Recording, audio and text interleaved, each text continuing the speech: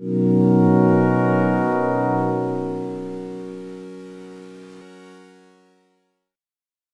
afternoon, gang. We're here at AskAlliance with the United Way of Waco, McLennan County, and we're excited today to have just a casual conversation with Wendy Ellis and Stephanie Mabry of the United Way. Ladies, welcome. We appreciate you being here with us. Thank you for the opportunity. We're excited to have you here on this lovely Friday afternoon. Yes, Absolutely. It's great to be Friday. It is great to be Friday.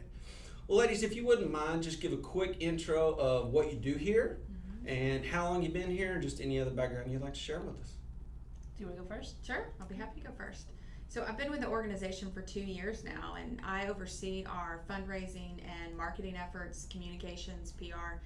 And what brought me to United Way was the idea that I could expand my footprint in terms of the work that I'm doing in the nonprofit space. I had worked previously for several nonprofits that are in fact funded by United Way, and this was an opportunity to spread my wings, so to speak, and just have a greater influence.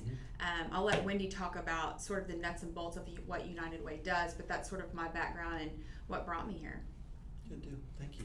So I came in as the CEO in April of this year, and I come from a completely different background than Stephanie. I spent a large part of my career in economic development and Chamber of Commerce work.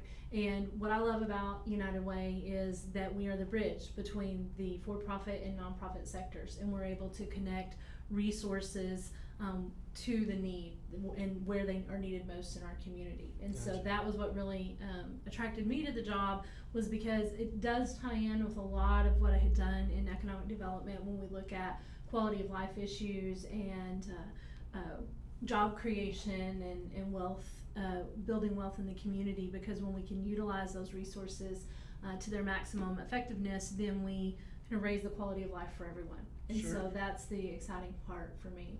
Well, welcome to Waco, first Thank of all. you. Yeah, thank you. Consider it's hard to believe it was just April. Well, I know, a lot has happened, Yes, right? A lot has time happened in flies, this and there's all month, kinds so. of stuff going on. And also failed to introduce, we're here with Todd Moore, who's done some of our Ask Alliance sessions. He's our chairman of Alliance Bank Central Texas. You mentioned something that I kind of want to dig into, and we'll probably get to the nuts and bolts of Sure. exactly what the United Way of Waco McLennan County does. But you mentioned connecting the for-profit with the nonprofits. How does the United Way do that? Well, I think there's a lot of different ways, and so I'll let Stephanie kind of talk to the individual different ways, but probably what we're most known for is our workplace campaigns. And so what is unique about United Way and the way that we fund for the nonprofits is with our workplace campaign. Because what it does is, we toss around the word philanthropy, right? And people think that in order to be a philanthropist, you have to be really wealthy, you have to have a lot of resources, and that's not the case, especially with United Way.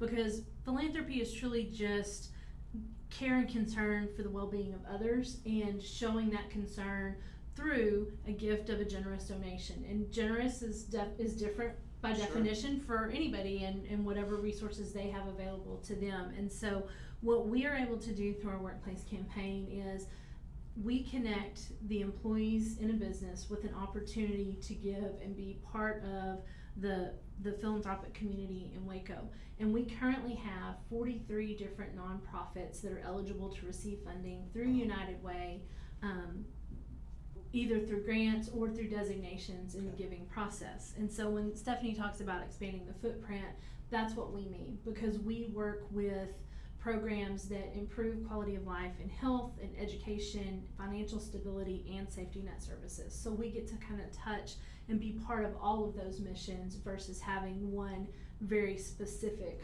project that Sure. we work on. So the workplace campaign is kind of our heart and soul, and it's what really gives just all of us, the opportunity to support our neighbors and support those that are most in need in our community. So that's the most well-known part of our giving, but there's lots of other opportunities for people to give through United Way. So you want to talk about some of the other? Sure. To piggyback off of what Wendy has mentioned here, I think one of the things that United Way does really well is we adapt and meet what our customers need, and the customer is the donor, is the individual that wants to give and wants to contribute and be a part of this a larger pool of money that comes together and is granted out or designated out. So there are a number of ways. Like, for example, we have our workplace campaign, so the individual employee can give. We also have corporations that like to do a corporate match or a corporate gift in and of itself. We have plenty of donors who may not have a designated workplace. Maybe they're retired, maybe they're a stay-at-home spouse, or they still want to give a gift. So they will individually give a gift, and we see some significant gifts in size from those individual donors as well. A lot of our workplaces like to do like a chili cook-off, or they do a bake sale of some That's actually a kind. good idea. Mhm. We need to remember that. Yeah, it's fun. It's fun. I think it builds community in the workplace. It allows the individual to be a part of something that, when you look at it across the community, we're talking about thousands of individuals that are giving through over 100 workplaces. So many different ways that United Way can try to meet the donor where they are to provide them that avenue to give. I've been surprised through the years to see how, although United Way has a great brand, has been around for a long time, how many people still do not understand how it works, just the basic mechanics. A lot of them that, for instance, United Way provides no services directly. Right. And when they hear United Way agency, oh, that's United Way agency. But just briefly, how many agencies, there are health and human service agencies that help people with low or no income type of thing? And when I was involved, it was probably 20. How many agencies do we fund through United Way currently? We have 43 that are 43. eligible. That tells you So if you're giving, you can designate a gift to one of those Yeah. agencies, or if you don't designate, then it goes into the campaign pool, and Yeah. that's the money we use for the grants that And go I used to, in trying to convey the value of United Way, I used to really kind of, and still do, kind of discourage people from designating, just from the standpoint, not that there's anything wrong with that, and we'll take it, of course, but part of the value of United Way is that you have people that oversee and govern, because like 20 years ago, that agency may have been a great place to invest your money, and they were providing a great service, but they're only as good as their current leadership and that type of thing. Right. And if they're giving funds from the United Way, there's a volunteer board and volunteer committee that really oversees it every year, that they're doing what they said they do with the money. They have accountability. They have to have audited financial statements. There's all kinds of things that goes into that. So I feel good that I could give to United Way, and they're going to manage the process. And another thing that came to mind that I still try to tell people is that, I don't know if it's a good analogy or not, but it works for me. Anyone that's been in Waco for many years and understands there's some really great philanthropic foundations here in town. Rappaport, Moody, Waco Foundation. And I kind of sold it as, this is kind of the working person's foundation, meaning those people contribute large sums of money, and the earnings from that, perpetuate. United Way has to raise our money every year. Right. Correct. And it's a way for us, at the time when I was making minimum wage, that I could still be a part of giving, but we have to raise our money every year, that we don't have it.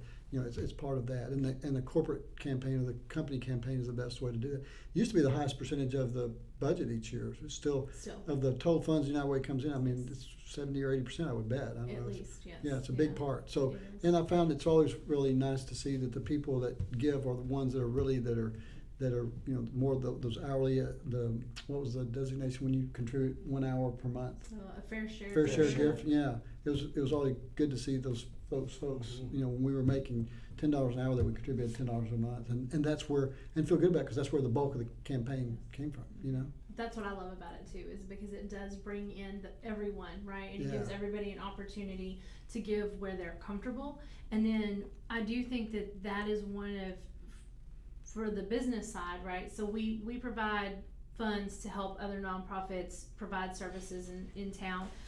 But I think we provide a service to the business community because we do handle that administrative part, and we do make sure that we have a really rigorous vetting process for nonprofits that are going to be receiving funds. There's an application process and a review process, and then the board, and we have changed our granting program over the last 2 or 3 years to really look at the organizations that are making an impact. And that's what allowed us to open it up and have more agencies that were eligible to receive funding. And it has a level of accountability for them in that too, because the grant process is competitive. And so when we put those applications out there and everybody answers the same questions, and then we take those 2 volunteer committees made up of people throughout the community, some who have lived experience, who have received services from the agencies that are seeking funds, and others who have been donors and have contributed, but everybody has a different perspective, right? Sure. And so we blend those perspectives, and those volunteer organizations make the recommendations for funding, and then that goes to our board and they make the final decision and approval on how those grants go out. Yeah, that's a great point too. Through the years, with any national organization, there'll be national news that came up, and I was reminded, and I would tell people, you understand, the United Way is local. Yes. It raises the money locally. It's managed by local volunteer boards, so it looks like our community because it's run by our community that hires the staff and does all that, and the money's raised here and used here. And our part at the time that I was involved, when they went to national, was It's a very small I was percent, hardly yes. anything for the administrative part of using the national name. But I think that helped people to understand that the United Way in McLennan County is going to reflect the values and the service needs of McLennan County. Orange County, New Jersey, where it's going to meet, because it's run by the people in that community. I think that's really important for people to know. I agree, and I'm really glad to hear you emphasize that, because that has been one of the things that I found since I had told people I was going to be working for United Way, how many people didn't know that the dollar stayed local. Mm-hmm. And that was really important to me, because that's, I want to be working in the community that I'm in, and I want to be investing and helping improve that locally. I want it to be reflective of the values that we have and the needs that the community identifies. And so that's what I think is so great, because we are able to adapt.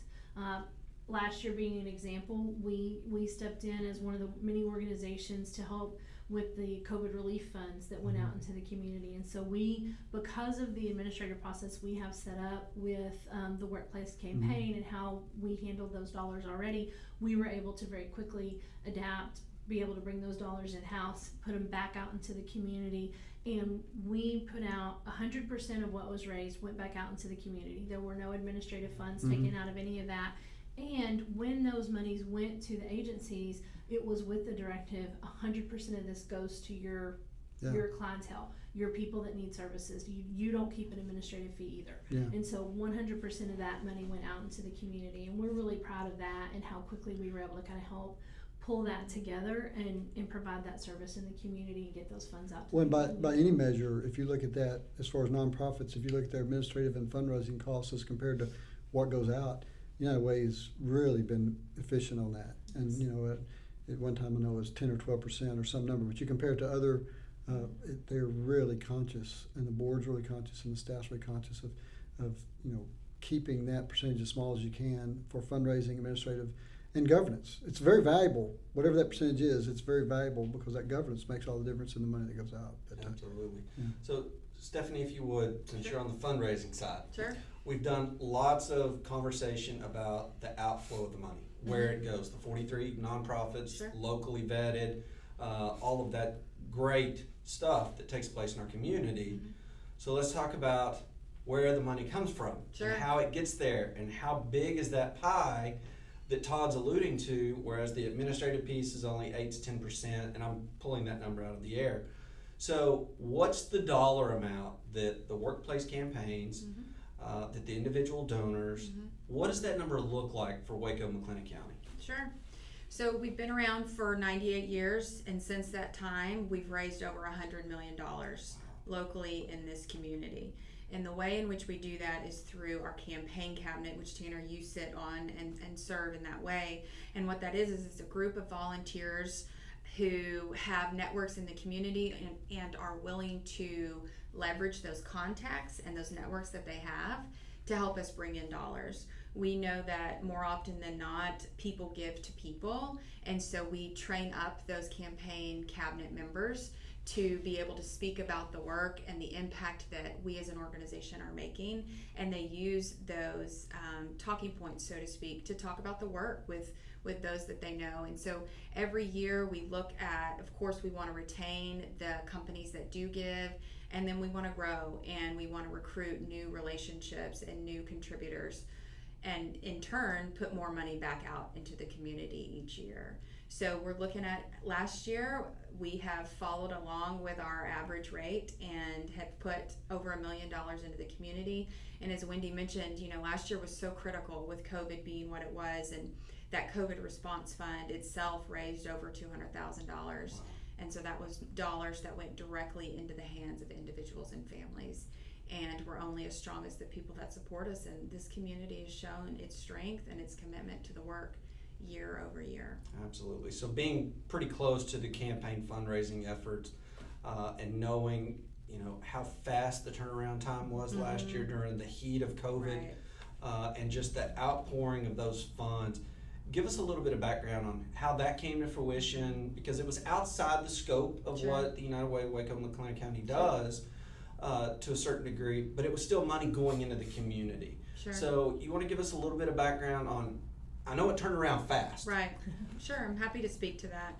So last year, I think it was in the spring, it was probably about February, early March, we went into shelter in place, and we as staff recognized immediately, this is what United Ways do, and we have the capability to do this. And so we reached out to Waco Foundation, which is a wonderful partner to us and to this community as a whole, and we looked for ways to partner together, and so we did. And with that, we wrote a grant application process and vetted various organizations. All of the organizations that received funding were organizations that had received money previously through United Way and through Waco Foundation. And the process was quick. Money, as soon as money came in, it was money out the door. And because we knew it was such an urgent situation, and great need. And through that, we were able to do 2 phases of funding in about 60 to 90 days time. We did a lot of PPP loans, and it didn't move Yes. that fast. We tried to move fast, and think we did a pretty good job of it, in helping those small businesses. So going back to something that you said, Wendy, and going back to our industry as well, a big phrase, we're very involved in the Texas Bankers Association. And so the president and CEO, his big initiative always is, whatever you do, make an impact. And so you mentioned that very early on. Was that a change in the vetting process, or is that just kind of not a new focus, but necessarily what we want to focus on as an organization now, is look for those nonprofits in the community that actually make an impact? So I think about 3 years ago, when we made the shift in our granting process and we looked at how we could open up to be able to allow more organizations to be eligible for funding through United Way, the impact was one of the things that we looked at. So as part of the new process, we have kind of like an after action report or a year-end report. So if an organization receives money from us, then they have to report at the end of the year what they had said their program was going to do and what their actual outcomes were, so that we have some tangible results to measure. And we're still kind of in the infancy with that data gathering, because it's such a new grant process, and every year it's been tweaked and adjusted a little bit. But the goal is that we'll be able to kind of develop a pattern and see a trend in how that impact is working, and in what areas we're making the most impact, and in how many lives we're able to touch and improve. Not just we don't want to just touch someone's life or help temporarily. We want it to be a long-term impact. We want it to be something that can help overall improve their situation, improve their quality of life. And so we definitely look at what we're doing and we think about the impact, and not just the effort. Gotcha. So a quick question that I've always had: if I'm a new nonprofit and I come to Waco McLennan County and I want to receive funding from the United Way, and I think this is always an interesting lesson for everybody to understand, is what does that look like for me as the nonprofit? I know I've got to fill out an application. Do I ask for specific amounts of money? What does that look like as a nonprofit? And I think understanding that, really, you get a very good comprehension of exactly the mechanics of how the organization works and how it's not a service organization, it funds service organizations. So what does that look like as a nonprofit? Well, so I think it's a couple of different things, and jump in if Sure. I leave something out. But I think you do the application, you go through the vetting process, so we review So what the does that information. vetting process So look it's a like? review of the application, it's a review of the governance of the organization, it's a review of the mission and the work, and does it fit into the pillars of health, education, financial stability, or safety net services? Those are the 4 areas. Okay. So you have to kind of fit into one of those. And then once that review process has happened with the committee and the oversight there, and you become what we term as a designee, I guess, or you're eligible to receive designations. So you go on our list. So whenever we do the workplace campaign each year, we provide a list of the organizations that are eligible to receive funding. And then, like we said earlier, they can designate or they can just give to the pool, which then goes into the grants. So if designations are given to specific organizations, then those monies are captured as they come in, and that's a check that goes out the door, like semi-annually or quarterly or whatever, to those different organizations. And then the money that's left that goes into just the general campaign dollars, then each year we look and we set a budget for how much we're gonna be able to give out in grants. And we have an annual call on those grants, and we have a time period where you put the grant application together, you submit the grant application. So you have to go through that designation process first. And if you're Okay. not already a designated agency, then you go through that process as part of the grant application Okay. process. And then once you're qualified as a designated agency, then you're eligible to apply for the grants. And so those grant calls go out about once a year, and they're reviewed by staff and by volunteer committees, and then recommendations are made up to the board, and the board makes the ultimate determination on how those funds are done. So that's probably a 4-month, 5-month process from beginning to end once we make the call for applications until we know who we're gonna look at as our designated agencies for that year. You know, I can remember, I'm sorry, go ahead. I just wanted to piggyback off of one thing that Wendy mentioned. She's referenced the committees that review the grants, and something that we may not have told you yet, those committees are roughly 50 individuals. Oh, So wow. it is truly the community's work in Mhm. understanding what are the needs and allowing the community to have a voice and having those varying perspectives. And then it's only after those 50 have reviewed those grant applications and made a recommendation that then our board of about 15 individuals are then reviewing once again. So Yeah. truly the community's work. That's fine, because that's what I was gonna mention. It's, you know, we can have these conversations and have thoughtful conversations and use heady words about all this, but when you go through that grants process, and I don't know if you still do this, but at one time, being on that committee, we actually load up on a bus and we go do these tours. Right. And you're like, oh my gosh, because there's a lot more requests than there are funds to grant, Right. and you have to pick, you know, and you have to pick, and the people providing the services, you know, I know they vary, but whether it's MHMR or, you know, child care, daycare, just all these services, advocacy center, all these things, and you'll talk to these people, and the people running them are very passionate about what they do, and sometimes overly qualified to be doing what they're doing. But you come away like, oh my gosh, look at the need. It's an emotional pull. That's the point. You know, when people come and talk to our corporate, like our employees, this is the only group that we allow to our 75 employees. When a director of one of those agencies comes and talks about the need, what they do, we always get a better response than when one of us stands up there and talks about this great process and accountability on that. Because then when you see all that, you're like, oh, this is a great system. It's got all the things. All we need is money. Right. You know, all we need is money. But we can't get everybody on that bus and make those tours. Right. You know, and then it's like we've got a great system. There's an abundance of need, but how do we tell the story? To me, that's always been the challenge: is how do we connect those needs? Because once they see the need, if they could go on that bus and see those kids, or see the patients, or see the beneficiaries of these agencies, you're like, oh yeah, you know, it's got to be very fulfilling to be able to help, but the need is always more. What's the campaign goal for this year? So Or do we have one yet? We actually haven't set a goal for the year. We want to stay on track with how we've averaged year over year. The reason we didn't set the big picture goal was because COVID makes things a little. Yeah. A Well, little just for uncertain. context, what's a typical budget year pre-COVID? What would a budget for a campaign be? It would be between $1 million and $1.2 million, and Okay. that's where we would really love to be. I mean, I would love to be between $1.3 million and $1.5 million. And I That guess- would be, you know, I the was gonna say, aggressive side of me, if I'm- the because there's always more need than And there as I is say, money. and the need, so- if it's $1.2 million, the need, Mhm. justifiable need is $2.5 million. Yes, exactly. It's crazy. Yes. and and it's just And telling you're- that story. You're about spot on that, because just in looking at last year's grant applications, the requests were about double what we actually had to be able to give out, and so that's ultimately where we'd like to be, is let's meet, Sure. and be able to fund every request. And when you that go comes talk in. to those people, and most of the time, we go talk to those people, like, you see what they're doing, what their total budget is, and then you see what they submitted to United Way, and it was it's very humbling, because a lot of them were like, yeah, we submitted X. I was like, yeah, but you need Y. Right. Well, they're so conscientious about, well, we don't want to take more than what we can, Right. more than what we need. We need to share for other people. Like, oh my God, it makes you want to just Yeah. give more. Yeah.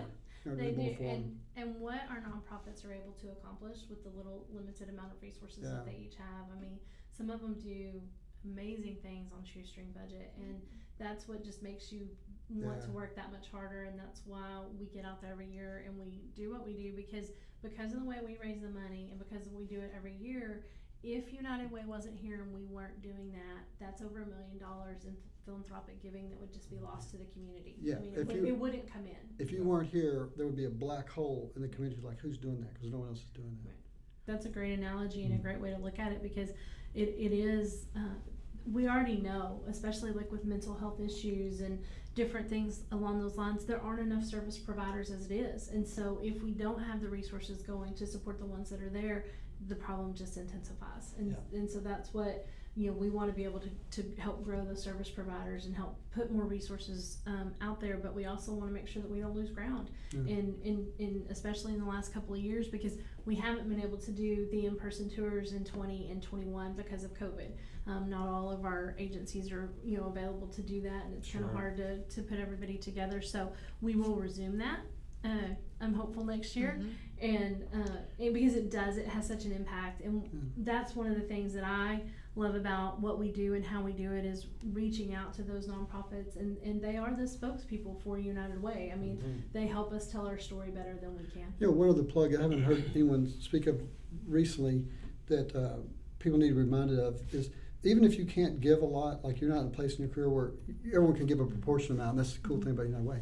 But from a selfish perspective, there's a lot of people that are younger in their careers or earlier in their careers.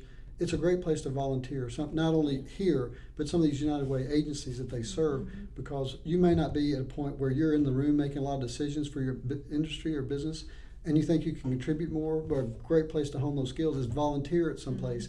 They will let you come in, and you'll be making decisions, and it's a skill set, It you is. know, and then eventually, even at the board level and all that, the people that serve on those boards usually run companies or they run their own management company, but you get a different skill set when you have to work with a board of 16 people, and and all that dynamic goes on. So it's from a selfish perspective, I've encouraged people to use you all as a resource to get placed and develop that skill managerially. You can develop them there long before you get a chance to usually develop in your career. And plus the connections. I was telling Tanner, one of our board members I met on the United Way board 100 years ago, just the relationships that come out of it. And sometimes you forget, like, where did we meet? Well, we were on this committee, either in a nonprofit or through United Way and those. And I don't hear that talked about a lot with the younger people, but it's a great place to get that skill set selfishly. No, Yeah. very true. Yeah. And again, that's what makes United Way such a great bridge between the nonprofits and the for-profit world, because we can provide the volunteer opportunities and we provide the giving opportunities. And for me, learning about all facets of the community, right? Because we each get in our daily routines and our daily pattern. We drive to work the same way. We stop at the same place to get coffee. We don't always pay attention to everything that's going on out there. And it's a great way to kind of stay connected and see all different aspects of what's happening in the community. Absolutely. So one of the primary drivers on why we kind of created AskAlliance was to give local businesses, whether we bank them or not, that's beside the point and really has no relevance in what dictates what sessions we hold. What we like to do is just tell stories. And just like we pointed to the nonprofits, how they're such great resources for telling their stories, and how it really does help a workplace campaign, you guys have done a great job of telling the story of the United Way. And so we talked about how we raise money, how the money is vetted and how it goes out the door and to what agencies. But to kind of wrap it up, since we've told, the introduction and the body of the story, if you wanted to wrap the story up, what would be one thing you'd want to share with the audience about the United Way of Waco, McLennan County? One of the great stories that I heard, because I haven't been with United Way very long, but I've been trying to go out and visit some of the agencies that we work with, and I heard a great story at Caritas about one of their clients who started off as a client and then has been a volunteer with them, and through the resources and the support and the help that she received, she's actually started her own business and has a food truck here in town. And so she came back one day and cooked for all of the volunteers at Caritas as kind of a way of saying thank you for what you did and for what you've helped make possible for me. And so now she's being a mentor in the community for other women wanting to start their own business and kind of making those moves. And so that one to me is a fabulous one that I think is something that was really, I think uniquely spoke to me, because my husband's a small business owner, and I spent so much time working with people who wanted to get their own businesses started and have those dreams, and I know how passionate people are about that. And I also know the failure rate, right? It's hard, and restaurant is really hard, and so for her to be able to have done that and be so successful and be so pivotal in the community now is just a great success story. That and is a something great story. I'm proud to be able to be associated with. An image that stuck in my mind one time, we had a speaker come and do our company campaign. Maybe we had 50 employees at the time, and they put the list of all the agencies in the brochure, or they turned to the page, everybody, turn to the page, here's a list of our agencies. And they said, you don't have to say which one, but if you or your immediate family have been impacted by one of these agencies, in your lifetime, raise your hand. It was amazing how many people raised their hand. Because they don't tend to think, all these people, jobs, some have great, and again, from all levels of income. And then the story behind, daycare, community cancer, just like, And, there's a big number in the room. I think it's shocking how people do not realize how many people are getting benefits from these agencies y'all support. Absolutely. Yeah. I would go back to, Tanner, your question about the success stories. To piggyback off of that, I would say with the changing of our grant model, we've opened the door to agencies that have not had the opportunity to compete for funds in the past to now have a seat at the table. Yeah. And so there's these newer nonprofits that have been able to come in who are addressing, maybe they're not newer needs, but they're needs that have risen to the top that we're now recognizing need to be addressed. Yeah. Well, and that's a really interesting topic that we could create a whole new AskAlliance session. But that's one of the things that's really been eye-opening to me, getting back engaged with United Way from a campaign standpoint and then also a board of directors standpoint, is needs evolve within a community. Right. And it's the successful United Ways of the world that learn to evolve with the community. Right. And I think that's where we've been and where we've come from. And I think it's in very large part to the two ladies sitting here in front of us. And so on behalf of the community, I'd like to say thank you for what you do. Not only for our community, but for all the folks within the community and the nonprofits that support that community. And so from the bank and myself personally, thank you for what you do. It really makes a difference. It absolutely does.